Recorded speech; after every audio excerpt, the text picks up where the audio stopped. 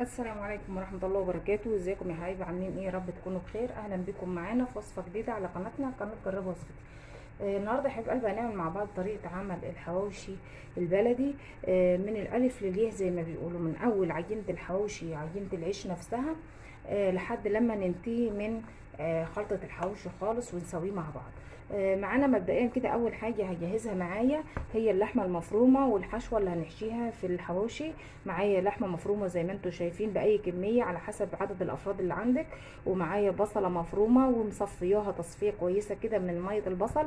وانا هاخد مية البصل هستعملها في تسوية الحواوشي، هوريكم ازاي. معايا البصل كده واللحمة المفرومة، ومعايا قطعة من الدهن او اللية الضاني على حسب ما موجود عندك، وشوية من الجنزبيل المبشور اهو، جنزبيل فريش. طبعا احنا عارفين ان الحواوشي بيحتاج معانا سنه من الحراره للناس اللي بتحبه حامي، او الناس اللي ما بتحبوش ممكن تستغنى عن الشطه او عن الجنزبيل. بس الجنزبيل هو صحي وكويس، وفي نفس الوقت ما بيديناش معانا نسبه حراره عاليه يا جماعه.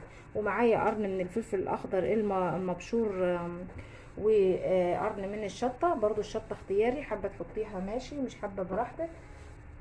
ومعايا كمان بهارات حواوشي. بسم الله، هحط معايا شويه كده من بهارات الحواوشي، مقدار معلقه كبيره او على حسب البهارات اللي معاكي اهو. بسم الله.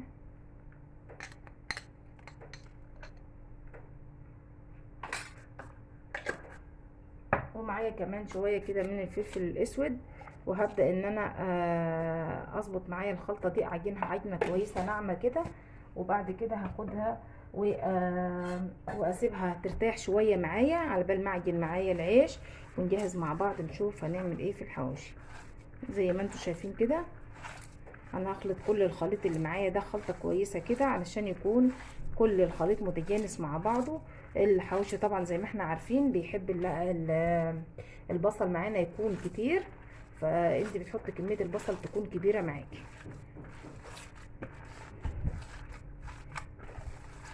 وطبعا هظبط الملح معايا، الناس اللي حابه يكون حراق معاها ممكن تزود شطه براحتها، واللي مش حابب وعنده اطفال ممكن تحط الجنزبيل، بيدي سنه حراره بسيطه وكمان طعم حلو. انا كده خلطت معايا خليط حشوه الحواوشي. هبدا بقى اجهز معاكم عجين العيش اللي هنعمل بيه الحواوشي. حبايب قلبي كده هنبدا نجهز مع بعض كده. معانا العيش، معايا دي ميه دافيه وحاطه فيها معلقه من العسل الابيض. العسل الابيض ده اختياري، حابه تحطيه ماشي، مش حابه براحتك، بس هو بيدي طعم حلو قوي للعيش معانا. ومعانا شويه كده من الملح اهو. ومعايا ده دقيق ده يا جماعه، ده دقيق اللي هو البلدي اللي هو الحبه الكامله، علشان انا حابه اعمله دقيق عيش بلدي زي العيش اللي احنا بنشتريه من بره، وكمان هيكون معانا صحي وافيد من الدقيق الابيض. هبدا انخل معايا الدقيق واحطه على الميه ونبدا نشوف هنعمل ايه. بصوا يا حبيبي كده الدقيق اهو بعد ما نخلته معايا هبدا احط عليه خميره فوريه اهو. بسم الله.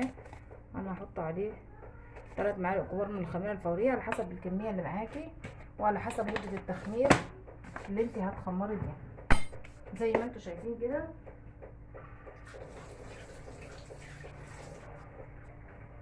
هبدا بسم الله. انا ما تحطيش كميه الميه كلها علشان خاطر تقدري تتحكمي معاكي في العجين اللي معاكي. بسم الله. هي العجينه دي يا جماعه مش محتاجه ان هي تتعجن كتير او تتلت، يعني زي ما احنا بنقول عندنا في الفلاحين، هو عجينه هتكون عجينه سايبه معانا. انا حاطه مقدار الميه علشان العجينه تكون سهله معايا، ما تاخدش معايا وقت في العجن. وبالنسبه يا جماعه للدقيق اللي هو الحبه الكامله او اللي بيكون عليه رده او نخاله بتاعه الدقيق زي ما احنا ما بنقول، ما بتكونش العجين طري قوي معانا علشان نقدر ان احنا نتحكم فيه واحنا بنسويه.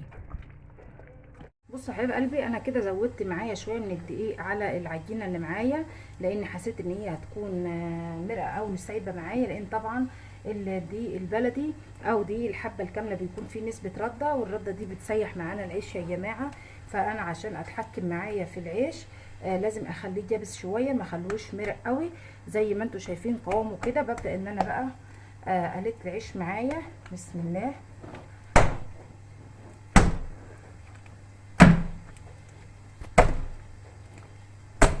بجيب من تحت كده لفوق يا جماعه اهو، زي ما انتم شايفين، وبلف العجينه اللي معايا كلها كده اهو كده. بدخل انا هوا معايا في العجين عشان العجين يكون معايا قالب وخفيف زي ما انتم شايفين كده اهو. بسم الله.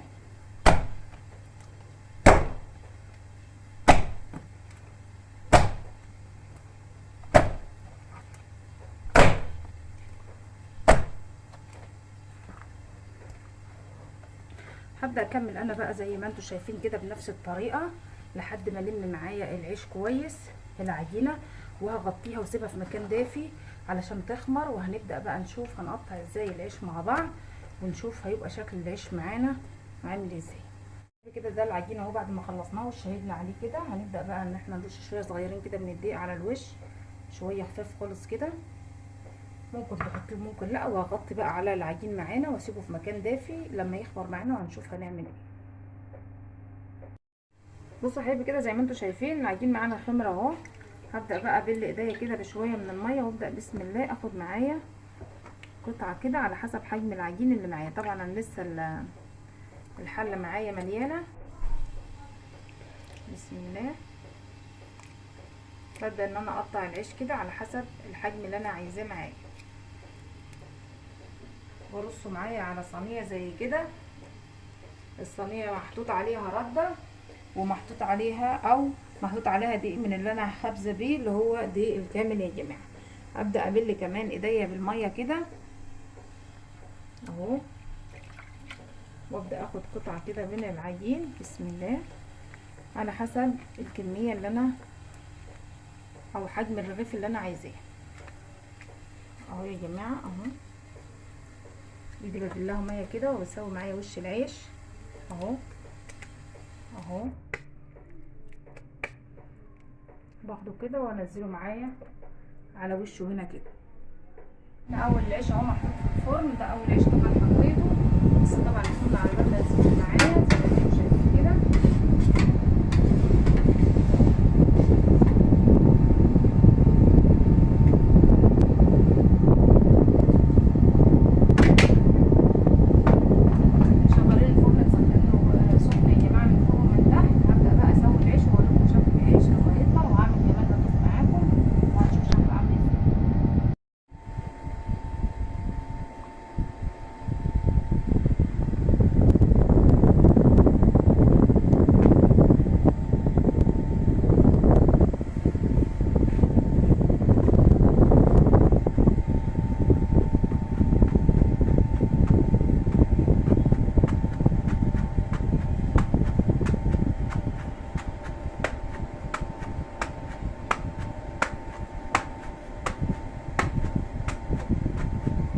حجم العيش معايا طبعا انا عاملاه صغير يا جماعه، يمكن حجم العيش معايا لو كبير هيكبر معاكي على المطرحه اكتر من كده، ممكن برضه تعمليه على قدك مفيش مشكله.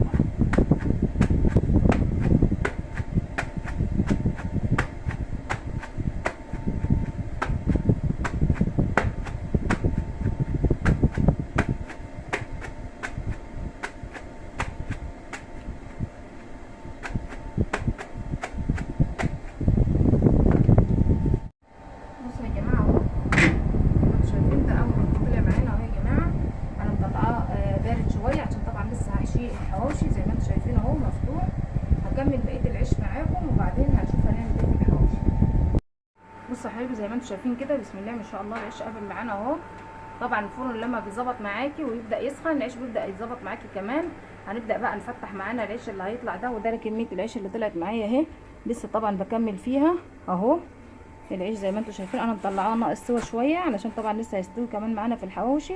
هنخلص بقى ونفتح معانا الحواوشي ونحشيه ونشوف هنعمل ايه.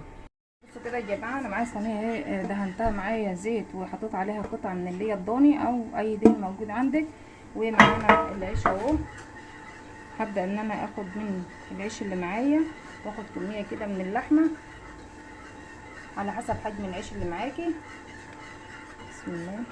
وبنبدأ نفرد اللحمة كده في العيش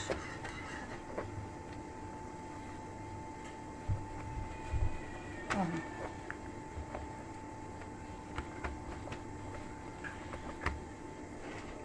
وانا معايا دي ميه بصل، ميه البصل حط عليها معلقه من الكاتشب، وطبعا هي فيها مطرح الفلفل الاسود. ببدا ان انا ابل معايا رغيف الحواوشي كده قبل ما ادخله الفرن، وعليه شويه كمان من الزيت. ممكن تسوي الحواوشي على عين البوتاجاز من فوق عادي، وممكن تسويه في الفرن برضو مفيش مشكله. هبدا اكمل بقيه كميه العيش اللي معايا، وهندخله الفرن ونشوف شكله هيبقى عامل ازاي بعد ما يطلع. ده كمان رغيف اهو.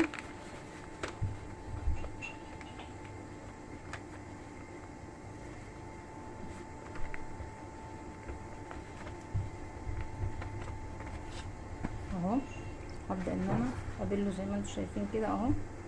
ده بيديله طعم حلو قوي ميه البصل دي، وبتخلي معانا الحواوشي طري اهو. هبدا بقى ادخله معايا الفرن ونشوف شكله هيبقى عامل ايه بعد ما يطلع. بصوا يا حبايبي كده ممكن تحط على الجريل حته من الدهنه اهي وشويه من الزيت، وبنبدا برده نحط معانا الحواوشي اهو كده على النار.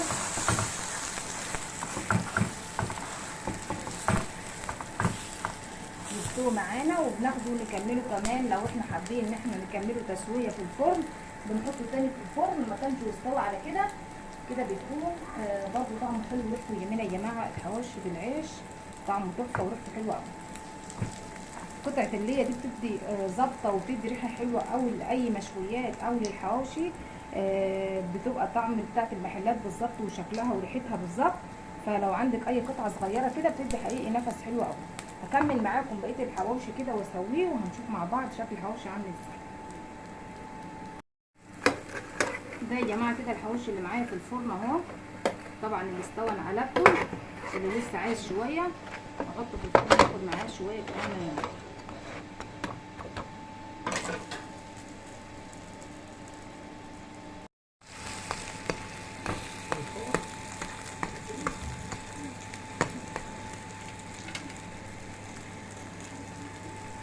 حبيبي كده شكل الحواوشي اهو زي ما انتم شايفين بعد ما استوى اهو، طري وشكله حلو وتحفه وفي منتهى الجمال. وكمان ده اللي استوى في الفرن، وده اللي استوى على النار اهو. الحواوشي طري وطعمه تحفه. انا مش قادره طبعا امسكه من سخونيه الحواوشي. زي ما انتم شايفين وصفه حلوه وسهله وان شاء الله تعجبك. لو عندك انت عيش بلدي ممكن ما تستغنى عن ان انت تجهزي عيش في البيت، بس لو ما عندكيش تقدري ان انت تتصرفي وتعملي اي عيش موجود عندك باي عجين. وزي ما انتم شايفين دي كانت وصفه النهارده، واتمنى تكون عجبتكم. ولو عجبكم الفيديو ما تنسونيش باللايك والشير والسبسكرايب وتفعلوا زر الجرس عشان يوصلكم كل جديد. وكل سنه وحضراتكم طيبين.